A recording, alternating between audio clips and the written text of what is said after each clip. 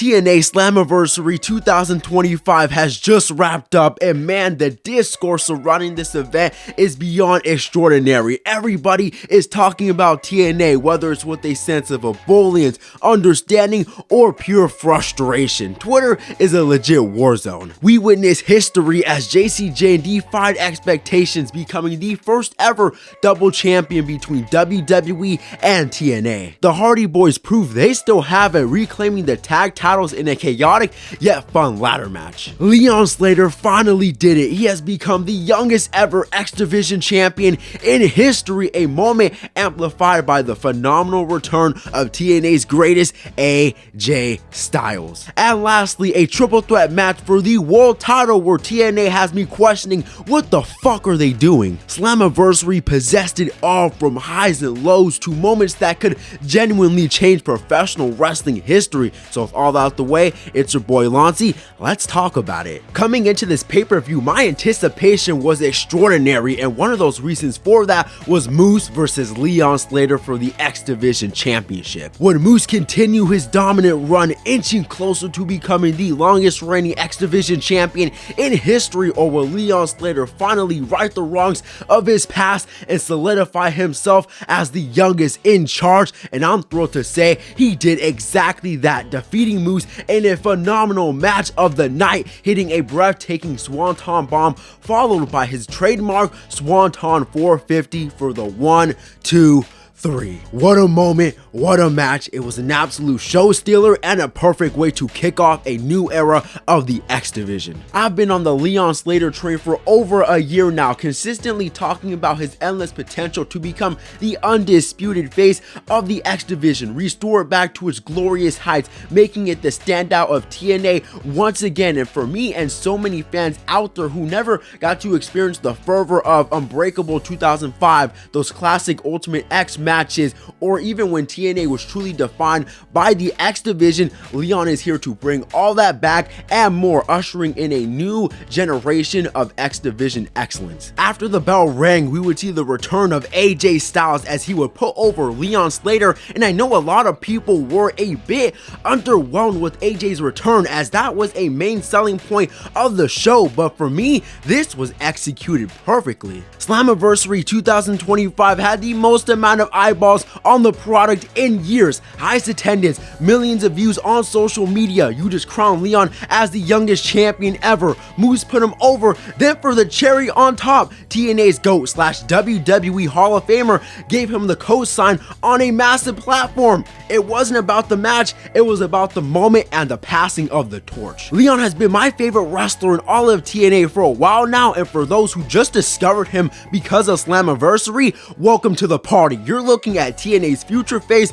of the franchise, and without doubt, future TNA World Champion. Looking ahead, who could possibly challenge Leon for his championship? My top picks include Cedric Alexander, Casey Navarro, Jason Hodge, and we can't rule out the possibility of a major crossover opponent from WWE. But for you guys, who are your dream opponents for Leon? Concerning Moose, he should be getting a well-deserved rest, and personally, I've never been his biggest fan, but as of late, he has been growing on me. If not taking a break, Moose ought to challenge for the TNA World title once again. There's a story, and Moose is capable of portraying a decent babyface. Now, let's transition to the most talked about thing heading out of Slammiversary, the main event for the TNA World title between Trick Williams, Joe Hendry, and Mike Santana, where Trick Williams would retain in a result I'm not shocked by at all. TNA is gonna TNA. This was supposed to be Mike Santana's crowning moment. He was in his backyard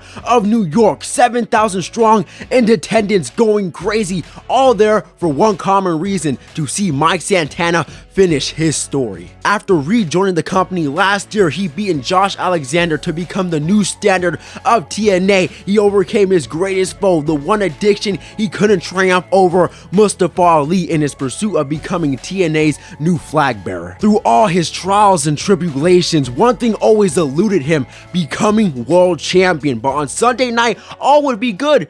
or so we thought, as he would lose, and I swear to you, in the most bullshit way possible, not fitting for a main event. TNA is once again playing the long game like we've seen with Josh Alexander, Joe Hendry, and now Mike Santana. It's very risky, but this time could prove different, even though my optimism is very, very low. Joe Hendry had his momentum shot after TNA failed to pull the trigger time after time, and once he ultimately won, I didn't care anymore. And I'm not saying that's gonna be the case with Santana, but sometimes it's best to strike when the iron is hot. Did y'all see Santana's entrance? That was electric. I've never seen something like that on TNA programming ever. It's for sure the greatest entrance in a long time. It made me want to run through a damn wall. With Slammiversary scratched off, it only leaves Bound for Glory, TNA's equivalent to WrestleMania, as the only fitting place for Mike Santana to conclude his story,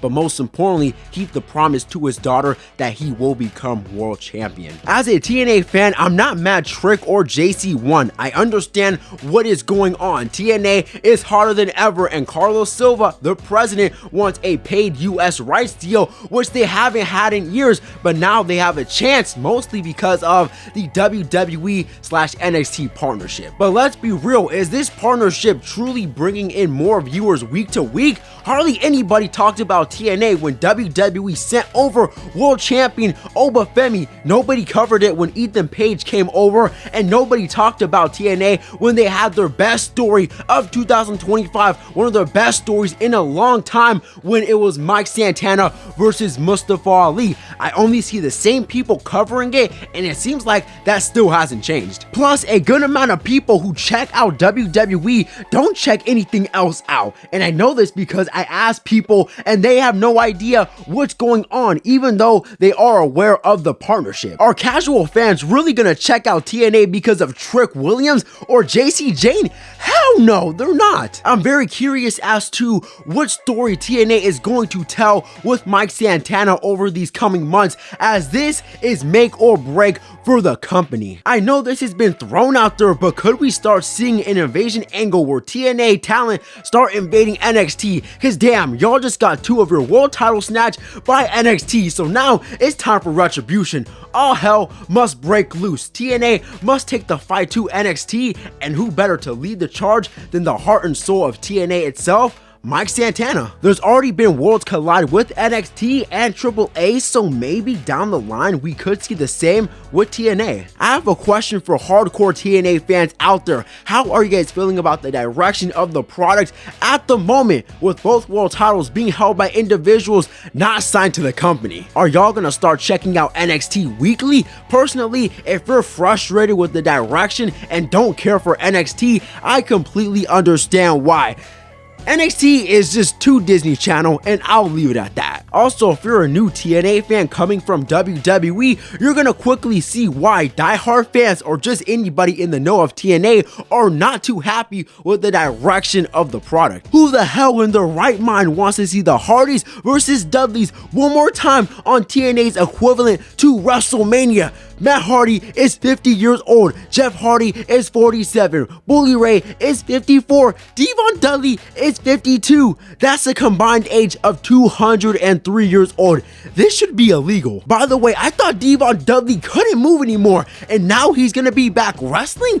What is going on? Who asked for this? I'll tell you, nobody. This is garbage, and this won't be a match I'm gonna check out at Bound for Glory. Also, who wants to see Alicia Fox on their TV? Who wants to see the hometown man? Who wants to see the elegances? I'll tell you, nobody. So as quickly as TNA can get viewers and new eyeballs from this partnership, they can quickly lose it because they just don't know how to read the room at times. So shifting gears a bit from the immediate fallout of Slammiversary and that gut-wrenching moment with Mike Santana, my issue with him winning the world title at Bound for Glory is amplified by the whispers of his contract being up right after 2025, meaning he could reach the pinnacle, become the world champion, and leave the company a few short months after. Wrestling at its core is about creating unforgettable moments, and in that main event, with the energy in that building, you might have just let a truly special one slip away. So what did you guys make of Slammiversary 2025? What did you guys